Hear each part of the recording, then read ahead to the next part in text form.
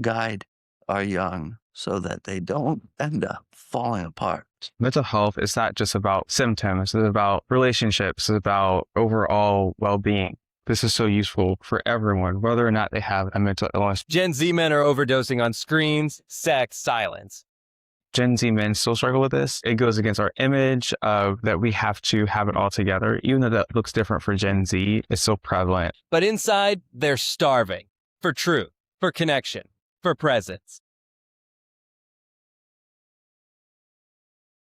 It's not like what I'm actually feeling, an unwillingness to admit vulnerability. In this episode, Micah Blackwell breaks down the epidemic of spiritual numbness.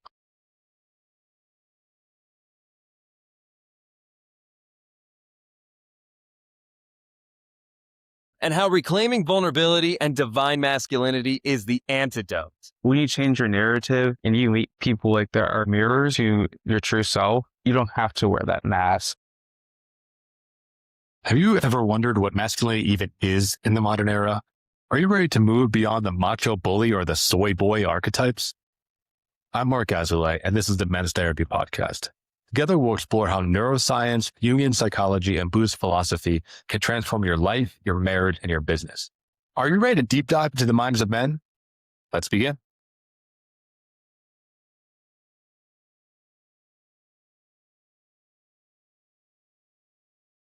Welcome back to the Men's Therapy Podcast. I'm your host, Mark Azulay, and I'm here with Micah Blackwell. He is the host of The Men's Couch, another phenomenal podcast about men's mental health, and is currently a student at Robert Morris University. Welcome to the show. Thank you for having me on. Yeah.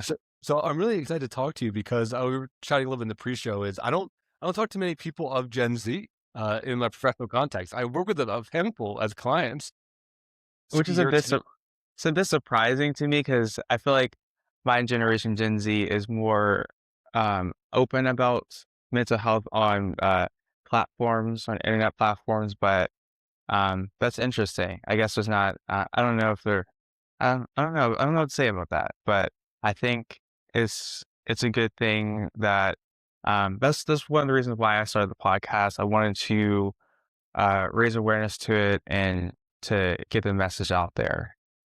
Yeah, totally. I mean, I do think, I think like, I think the millennials, like we pushed it forward and then you all took it to like the next level. Like you went 10x to what we went. I mean, we were like the sensitive generation at the time, but the stuff I see coming out of you guys, I'm like blown away by the amount of like emotional intelligence and sensitivity. And even like the word vibes, like the fact that you guys are just talking about emotions and like, that's just part of the parlance is wild. I mean, we didn't have that when I was growing up. Yeah. And I guess like this social media allows us and to have the platform to do those things, which can be good. So that's why I made the podcast out of my own journey and out of realizing that I benefit so much from talking about my own um, journey and like the practice of vulnerability. I wanted that to be like the main value of the show.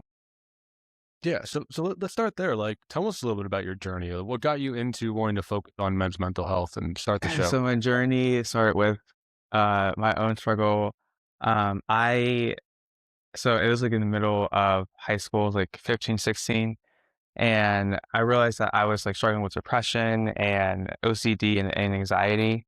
And I needed to get therapy, which I did that was August of 2021. And I realized that, you know what, like I benefit so much from this, from just focusing on my mental health, because mental health is not just about like symptoms, it's about relationships, it's about just your overall well-being. And I realized that this is so useful for everyone, whether or not they have a mental illness or whatever. It's just so useful for everyone. And I was inspired to just share my story because not a lot of people do. And I feel like it is very difficult for men to, especially to be vulnerable and to be honest about how we are and to be honest about our own struggles, because part of that might be, and I feel like Gen Z men still struggle with this, is the sense of it goes against our image of that that we have to have it all together, even though that looks different for Gen Z. It's still prevalent, like having that the image. I don't know if it's like necessarily a tough guy image, but it's still an image. Yeah. How do you describe that image? Like, what is kind of like the Gen Z masculine norm? I feel like because I don't want to say like it's like in the traditional masculine sense, but I think it's more of maybe like a disconnect from your emotions, if that makes sense. Maybe like you're able to like I feel like it's like just a disconnect where someone could ask me how I'm doing and I'm not really like I'll say good, but it's not like what I'm actually feeling. And I feel like it's more of that than like the outward masculine thing. Like maybe that still exists, but at least like what I've witnessed is more of an unwillingness to admit vulnerability, if that makes sense. Yeah. So I'm hearing it's not so much like the tough guy, like Clint Eastwood thing. I mean, it's still this idea of like having it all figured out. I think a lot of men were expected to like have the answer. We're expected just to kind of know what's going on all the time and not be messy, which a lot of us are, right? I mean, we're humans, right? So, I think that's the yeah. problem is it's more of not being able to accept our own messiness because if we have that standard of having it all together, whether it be like, I guess me, like specifically is mostly like with, becoming a young adult and having all the answers. So if everyone in like my circle is carrying that mask, then no one's going to feel safe to have any sort of vulnerability, to say, hey, or even to ask for help. And that's what I seek to do with the podcast and through other means is to break through those barriers so that we can that if by breaking through those barriers it leads to like actual connection instead of just um like kind of just like the mask or something like that. Right. Yeah. Well, so let's go back to your story a little bit. When did you decide to ask for help? Like, was there a moment? Was there something that happened or yeah, what's the story there? Wow. It was I don't want to say I was forced, but it was like kind of where I hit like rock bottom in a sense where I was just like I was so deep in depression that it was mostly like I was like I just wanted it. Like it was I don't want to say like desperation per se, but it was just like yeah, like I need this. This is this is kind of not like the only thing, but this is going to help me, and I need to. The months leading up to that, I was kind of doing like my own thinking about therapy and reflecting on how this would benefit me. I started to consider it, and I was just like, you know what, I'm going to do this, and I've committed to it ever since. Ever since then, I did have so I started out, which I reveal on my podcast. I started out with just a temporary therapist for that season, and then I switched to the therapist I have today. So yeah. It was a temporary one. Like, did you go through your school or how did Oh you? no, that was just so that was for I think like the teens or youth program. And that was more so like just to help get like out of the depression. Yeah. Yeah. How does your generation see therapy? Because I think with my generation, it was still very much like either you're an addict or a crazy person or you're rich. I think we knew like a lot of rich people had therapists for some reason. But is it more normal for you? What I've witnessed is it's normalized. It's basically like you get therapy. It's not even about like, oh, you're in a crisis situation. It's more of like everyone needs therapy. Um at least in the circles that I'm in, therapy is normalized on campus. It's just like people will wear like shirts like therapy is cool. So it's like it's normalized, and which is a good thing for my generation. But I still feel like um, there might be there's still things um at least with men, I think where there can sometimes be a disconnect, and I that's kind of what I want to do with the podcast is to say, no, it's okay to ask for help. It's okay to take those steps. And even before taking those steps, we have to understand, we have to break through those mental barriers that can sometimes hold us back. Yeah. I find that a lot of men struggle asking for help for sure. And I think struggle in therapy. I think our industry, it's a lot, I talk about a lot on this show, is like how the industry needs to be more tailored towards men, you know, focus more on, challenging, confronting, building respect, kind of bringing some masculine values into therapy. So I think a lot of guys, like, we go in and then we end up feeling like a victim. And we don't want to feel like a victim, right? We want to be a hero. We want to feel like we're getting better and that we're getting stronger, right? I think we still have that kind of masculine core to us where we want to be improving. We want there to be like a more of a coaching type model, you know? I think that could be beneficial as well. Um, I was talking to someone the other day about that. Is is therapy is therapy aware of uh the barriers of men and like how we are? Because yes, like I believe that um men and women, like we have emotions, but the way we go about those is definitely different. Yeah. Yeah, I agree with that, right? Like, I think we're different. We're equal, of course, but I think we're different. And I think a lot of the therapeutic field can be pretty feminized and it turns away a lot of dudes asking for help, and it can feel very threatening, because it's very foreign. It's foreign to us, even just to sit and have a conversation for an hour about feelings. I think like the average dude doesn't really do that. Because like if you're growing up and you're just never raised to talk about yourself or your feelings, all of a sudden just like saying to someone, "Hey, you need therapy." That's not really like what does that mean? Like they're probably gonna be like, "Well, what does that mean?" It was so yeah. Yeah, it can feel really weird. I'm curious for you, like, what did Gen Z men struggle with? I mean, maybe some from your own story or from guests you've had on the show or some of your friends. Take a temperature of the generation. Like, what are some of the main things you hear people talk about? Body image, Yeah, body image. so interesting. That's the first thing you say. That's interesting because I think for most generations that wouldn't be the first thing, but I think it's true. Like, I think a lot of guys struggle with that, but we would never say that. You know? Body image, comparison, Yep. um, what else? Body image comparison, anxiety. I have a lot of friends that have admitted that they have anxiety, and also a big one is loneliness. That's a huge one. Um, that's like that's what like, for me like friendship is like one of the biggest, if not the biggest topics on my podcast. If you I don't know if you looked for it yet, but it's like being one of the biggest on my podcast.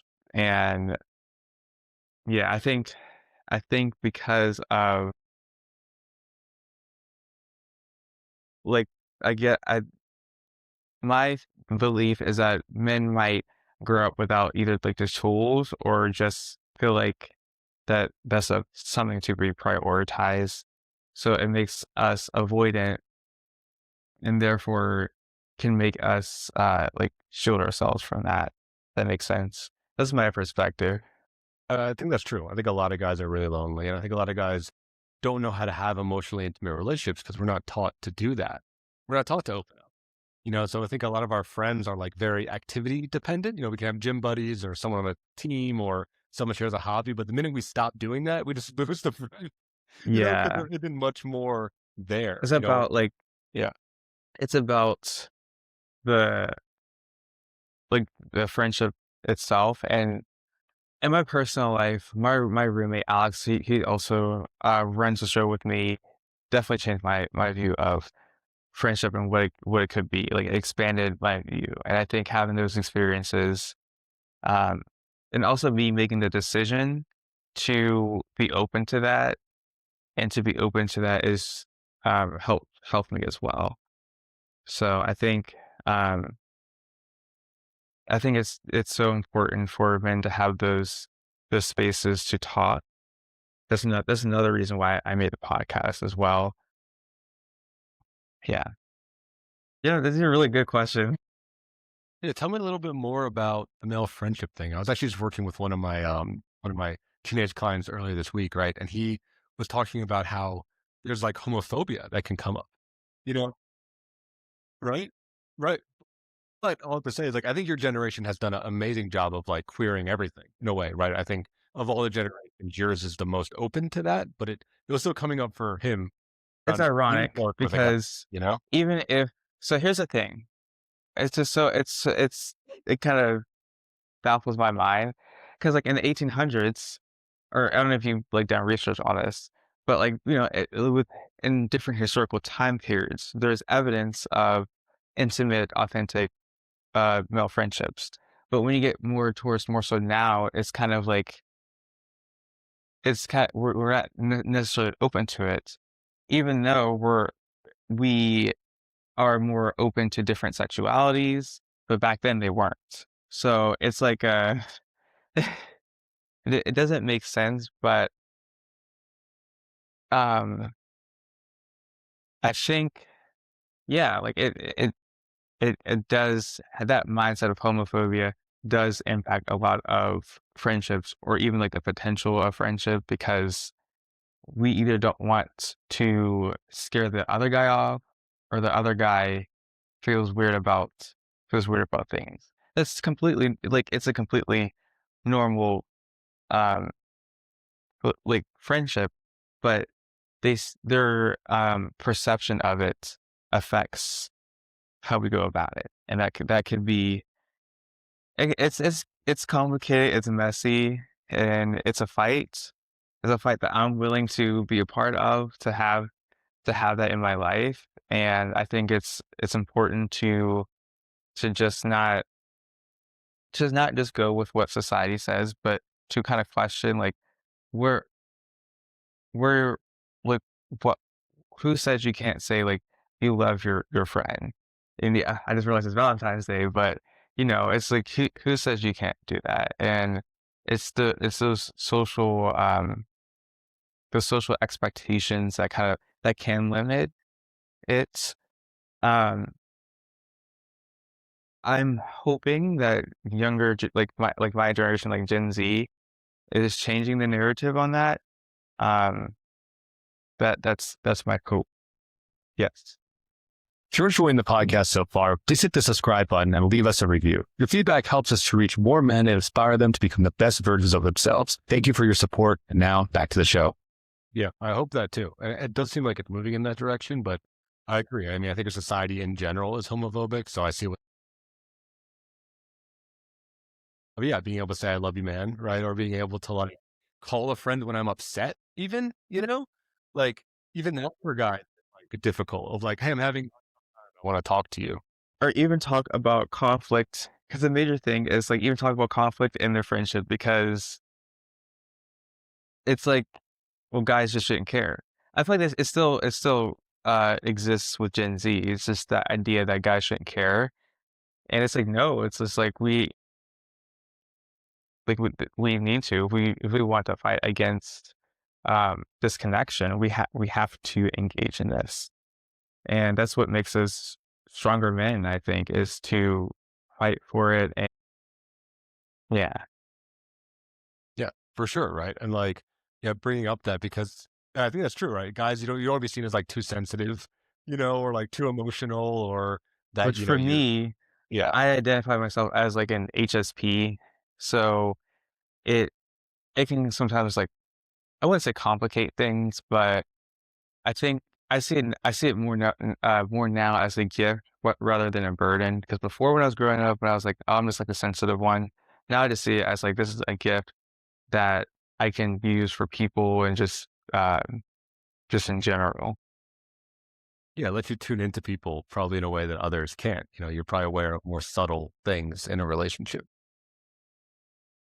Yeah. Can you describe your relationship with your, I don't know, with a roommate maybe or with another friend, just to give our listeners about what a male friendship can be? Like what the Okay, so potential is there?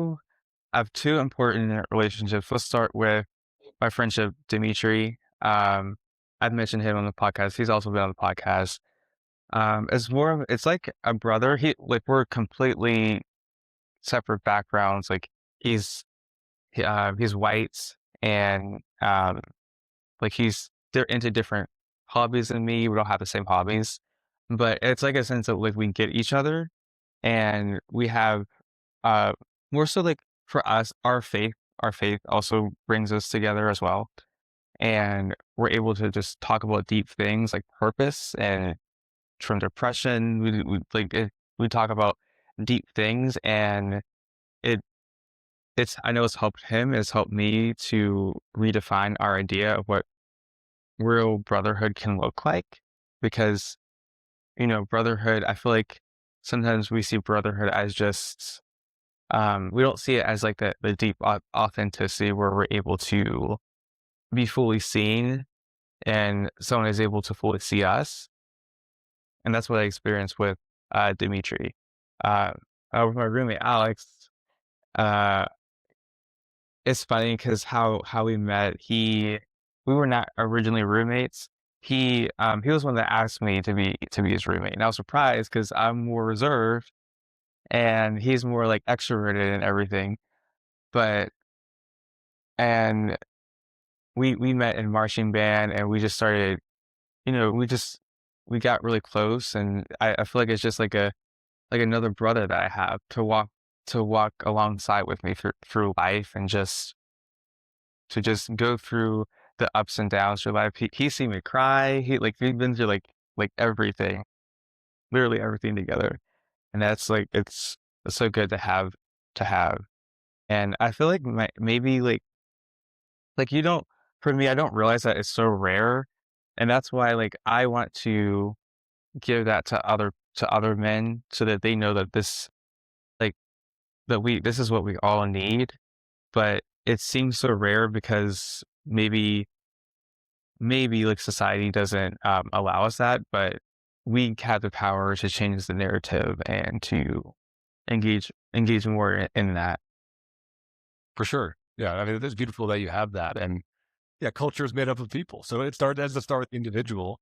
If you can start to shift the norms and make it okay that you can just like have friends, like it's like most people you feel like would want that, but there is a lot of fear, and there's a lot of fear out there, especially for men around Yeah, people connecting. and they helped me start the podcast, and they still help me with podcasts to this day. Yeah.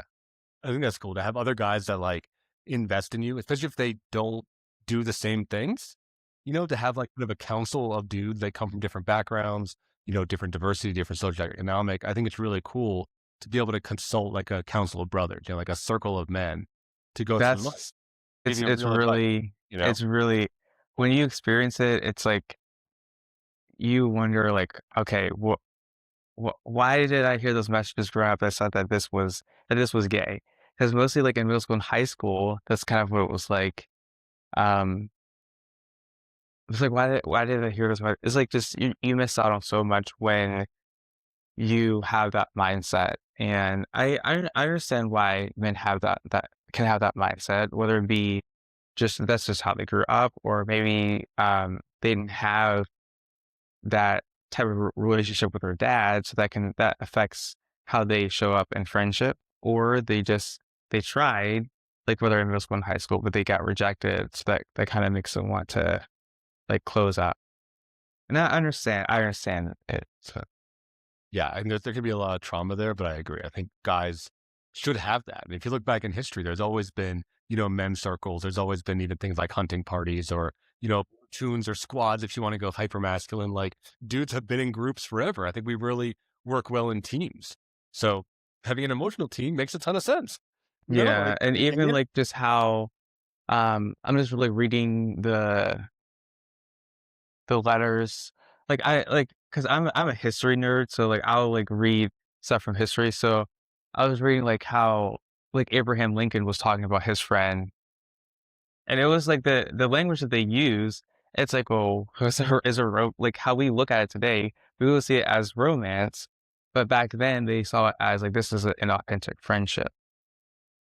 Yeah, there was so much during that time where they're talking about like their gentleman friends, and they're like air friends and all this kind of stuff where they had pen pals, right? Like across the world, they would write back and forth, like really intimate stuff, which is it's cool. I think it's really cool. And then we don't have that today, really. It's not normalized. What kind of history do you like? Is there a certain time period or a certain culture that you I mostly like world history from like up until 1500 AD. That's like my solid history. So I think it's interesting, especially the Middle Ages and ancient times is really interesting. Yeah, ancient history is wild. I mean, masculinity was all over the place then too, right? If you look at like and sexuality too, right? Roman culture, Egyptian culture, right, was like seemingly way more accepting of different genders and all kinds of different things than we are today. Yeah, and I don't know. I think our relationship with our how good enough we feel as men, that definitely ties into mental health because for me, growing up, if I were to share a little bit about myself, growing up, like the experiences that I had, s- I was bullied a lot in middle school, so that kind of affected how I viewed how good enough I was as a man, and I internalized that. And so, like once you internalize that, it can like create a lot of anxiety and depression, and uh, that's how your relationship with your identity can kind of affect your mental health. I see it as like intertwined, and I think sometimes we don't see it that way, but I definitely see it that way when you carry so much toxic shame or around like how you feel you're not like good enough as a guy. That affects your mental health and like along points in my own journey, I had to redefine what I felt like what being a guy or being a man is in the world because someone like my dad can have a version of something of what being a guy is, but it doesn't align to my authentic self. I don't know if that hopefully that made sense. I kind of went off on in a tangent. No, it totally makes sense. And I want to just dig deeper into it. Do you have a definition of modern masculinity? Like, what would you say, the current version of being a guy is? As my definition is just being your authentic self. But even when you say that, it's like, well, like, what is that? Because some people, like me, for a while, I was kind of disconnected from myself in a way because I didn't want to, like, even as a highly sensitive person, I was disconnected from like my emotional experiences, which kind of disconnected me from my authentic self because I didn't feel safe to be my authentic self. And I think when men start to show up as their authentic selves and they accept who they are, I feel like that is what being a man is. It it's not really necessarily about like the standards of like the tough guy or um having like a certain body image that's not really you, which I feel like a lot of people struggle with, especially with my generation. But yeah, it's all about being your authentic self and discovering your authentic self for a lot of us. Yeah. Can you say more about that discovery process? Because I think you're right. When you tell guys like, just be yourself, a lot of guys are like, I don't know who that is. Yeah, I Yep. feel like if you're disconnected from yourself like I was for a while, then you're not really going to know what that is. Or if you're afraid of your authentic self, that's not going to it's going to like that's when the masks come up as like I see masks as kind of coping mechanisms for like anxiety or fear of being yourself. So like for example, for me, I would say like one of my masks is like maybe like a detached um personality in a way. Uh Not fully, but to some degree. Like I had that because I didn't want to I thought that being a sensitive guy was inherently wrong. So I had like a mask of like being detached or kind of like the stoic mask. And once I changed my mindset about um, being a guy and expanded it, I was able to embrace that part of myself and develop more authentic connections where I meet people that are like, oh no, there's nothing wrong with your sensitivity. So like it's like when you change your narrative and you meet people like that are like kind of mirrors to your true self, then you don't have to wear that mask. And I think that's why guys can be disconnected from themselves and not their um true to who they are.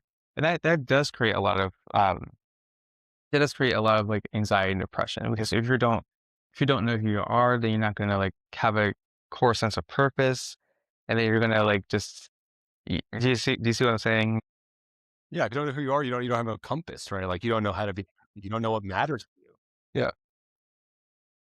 But I feel like maybe men might not go that far because we're maybe taught that what's on the surface is what matters. We focus so much on image that we aren't connected to ourselves because we start from the image and then we're just like, as long as I look good, as long as I perform, the performance is a huge thing.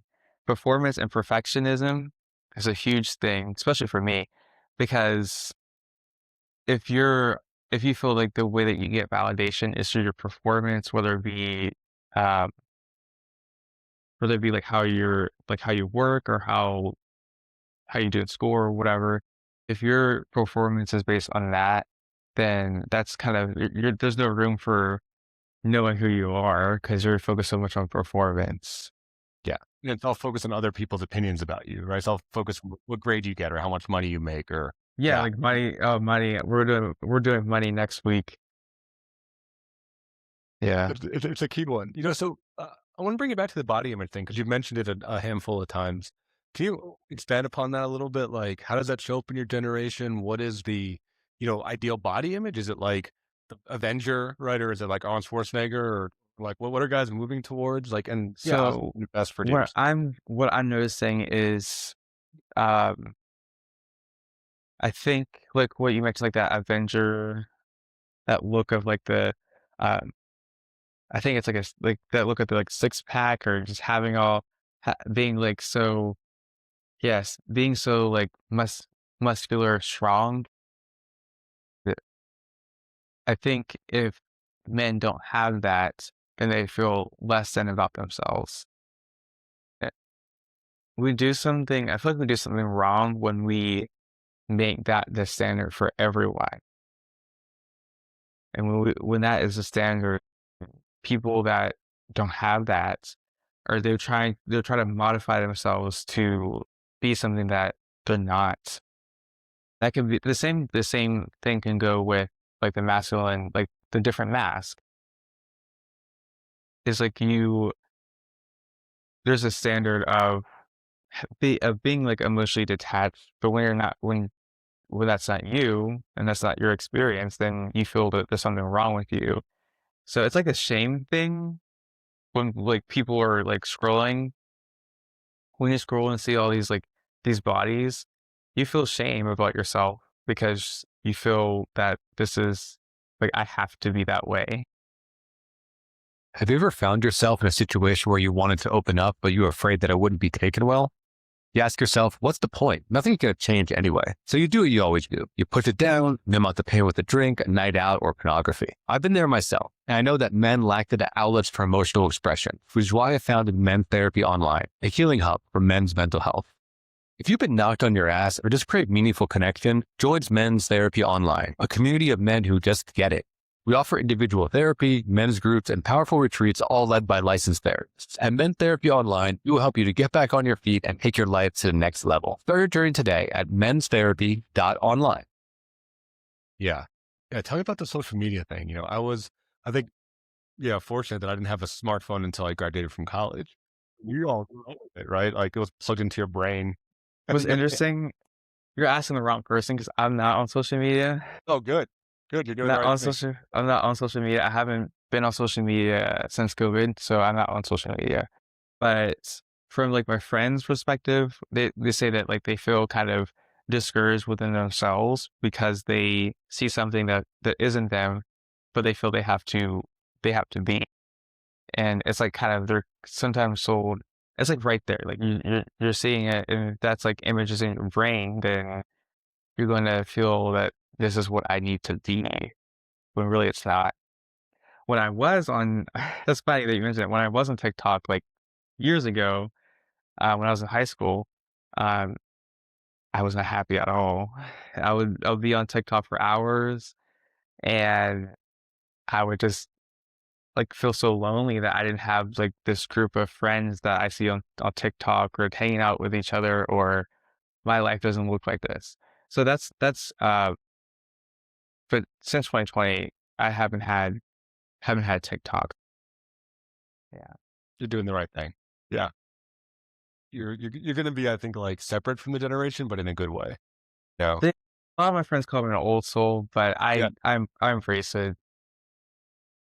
You Yeah. do, 'cause I see that a lot with my young clients. Like you said, it's like, especially like the fitness influencers, right? You see these like jack dudes doing crazy shit, or there's always influencers that are just like give away tons of money or do all these like kind of like pranks or gags or whatever, where there's like throwing away cars and shit. And it's like, oh my God, how can you compare yourself to that? Like that's like a big person, you know? Yeah, it's just that this is not, if it's not you, then why do you feel that you need to be that way? And there's so many things that, like, I'm into gardening, I'm into collecting vinyls and stuff, but and I'm also into like I like fashion.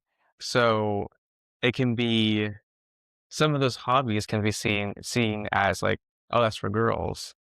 So so it's just like, over time I was like, you know what? It's not. It's just we've made it that way.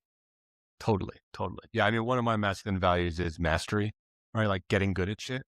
And what I tell my dudes is like, I don't care what you get good at, but like be good at it, right? Like be a master fashion shopper, right? Like really know shit about vinyl, like just like master your domains. So I think that is masculine, is like just the pursuit of greatness in some way, shape, or form. But the actual flavor is very, very secondary to what you have to learn, right? The act of learning and discipline and self-improvement and iteration, like those things, those kind of deeper levels, I think is what makes you a stronger man. Doesn't matter like what you're doing it in, you know? Yeah. I wanted to ask you, my biggest question I wanted to ask you was, what have you noticed? Because me as a, like, well, you're a therapist, right? Because you definitely inspired me, because I want to, this is what I want to go into. But my biggest thing is, what have you noticed with men? Like, what are some common themes that you've noticed with the clients that you've worked with? Yeah, so it's very interesting because with a lot of my guys, they come to me during a low point in their life. So for a lot of it's divorce or substance abuse. Those are kind of the two big ones. You know, they have some horrible incident, they drink too much and they blow up Christmas, right? Or they had a divorce. And a lot of them are like surprised and pissed, you know? So I think for a lot of guys, it takes like a really hard knock at the door to have their eyes open to needing to look at their emotions and their mental health. You know, they're not even using the, yeah, right. Yeah. I mean, there's so many guys I'll tell you that like, you know, after working with them for 6 months, they're like, oh, I guess I was pretty depressed, you know, or I guess I had anxiety. Like they weren't even aware of it. Where I'm like, yeah, your generation is like, you know what it is, right? You can say like, oh, I'm an anxious person, or oh, I struggle with depression.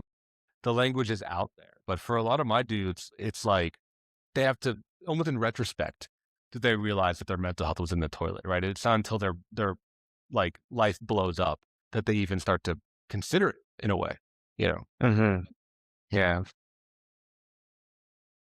I guess like a I guess like another thing I might want to ask is, like, what have you noticed about, like, have you worked with like young adults from Gen Z? What have you noticed about us, and like how we like some common problems? Yeah. I mean, I think there's some positives and negatives. I think like a lot of the positives we've talked about, I think your mental, you know, your EQ was way higher than mine was at your age, like 10 times, like a whole fucking other level of EQ. the fact that you guys, are just even aware of emotions and vibes and what you're doing with, gender and sexuality is like so far beyond what, my generation did. And I think that creates a lot of space in people. Um, I think the negative that I see with people is like, I think your standards and expectations are really, really high.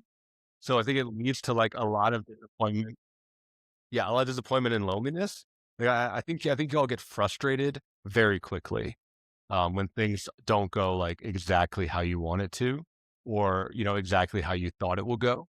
So perfectionism, yeah, there's like a ton of perfectionism, which I think on the one hand is good because I think you have like really high goals and aspirations and dreams, and like I want to nurture that as a therapist, and I see it also as something that creates some fragility because when it doesn't go that way, I can see it's like easy to like throw in the towel or give up instead of being like, okay, you did it 70% of the way, like let's just keep Yeah. going, right? And Like I keep think a going. huge thing maybe for my generation is living in the moment, because I feel like we're so like uh fast paced with everything that we feel like we need to always move on to the next moment to like achieve that thing, but we don't like appreciate the journey.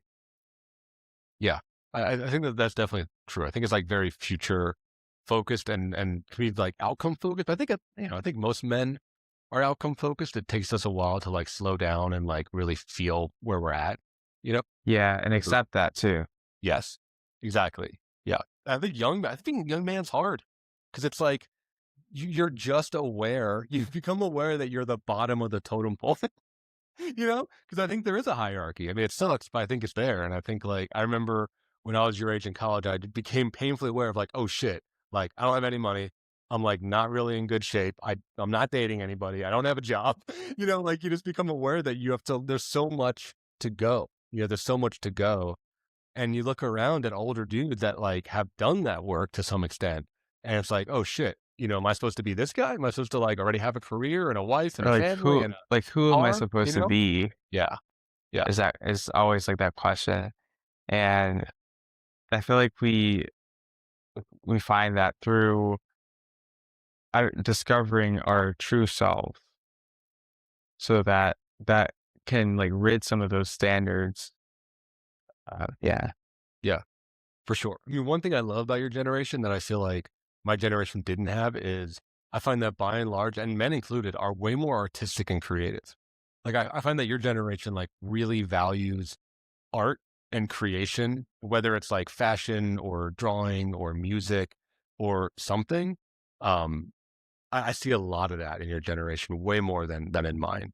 I think mine was still more like sports in a way.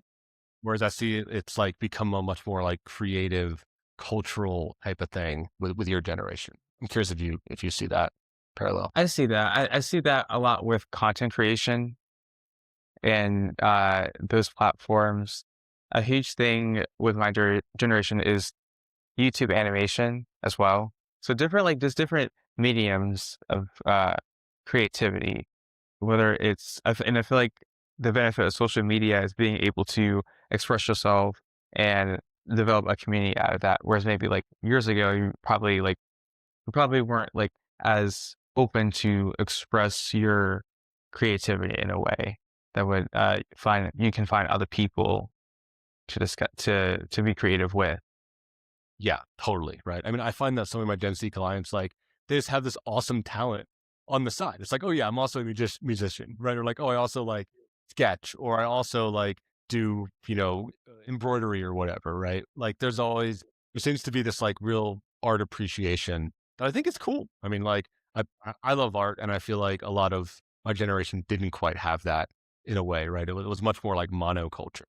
Whereas I think your generation, there's so many subcultures that people can plug into now. I think that's my generation a lot. And um and a big thing for me that I value and so much, and I've done like a lot of reading on this, is about shame and vulnerability and the work of Brene Brown. I really like I read a lot about like I read I think all of her books and just watch her speeches and stuff. And that's like something that I didn't think of. I think I might have to go soon, but that's something that, yeah, I have to go soon. But before we sign off, that's a huge thing for me, and that's what I've used to make men's couch and to make the spaces where guys can come together. Is first recognizing shame and why men struggle with shame so much. Because I feel like the root of a lot of problems, like maybe like body image or having like different masks, is like the root is shame. But if we learn that vulnerability takes courage and it takes a risk to be vulnerable, then we'll feel empowered to engage in those spaces, to practice vulnerability and to establish um, safe connection. Yeah, I think that's well said. I think the current frontier is the mind and the emotional space. So I think it is courage. I think that's where men are finding their courage and their bravery is taking these risks. Yeah, so I do hear you got to wrap up. Oh yeah, because I'm in the library, the school library. Yeah, as you're in, feel like where can people find more about you or listen to the show online? Huh? Where can people find out more about you or listen to your podcast? So it's the Instagram, Men's Couch Instagram, and Spotify. That's like where we are right now. Because we just started, we started October of 2023. So yeah. That's awesome. Well, we're going to put all that stuff in the show notes. You can go check out the Men's Couch. You can check out Micah Blackwell and his work out there. It's really great to speak with you. It's awesome to have this. Yeah. I've enjoyed it. If you're listening, yeah, give us all the social stuff, like, share, subscribe, do all that. Share it with somebody, maybe Gen Z who's looking to, open up a little bit more, be more vulnerable, be authentic. Direct them over to Micah's show, The Men's Couch. And we'll see you next week on the episode of the Men's Therapy Podcast. Thanks for tuning in. If you enjoyed today's episode, please subscribe and leave a review.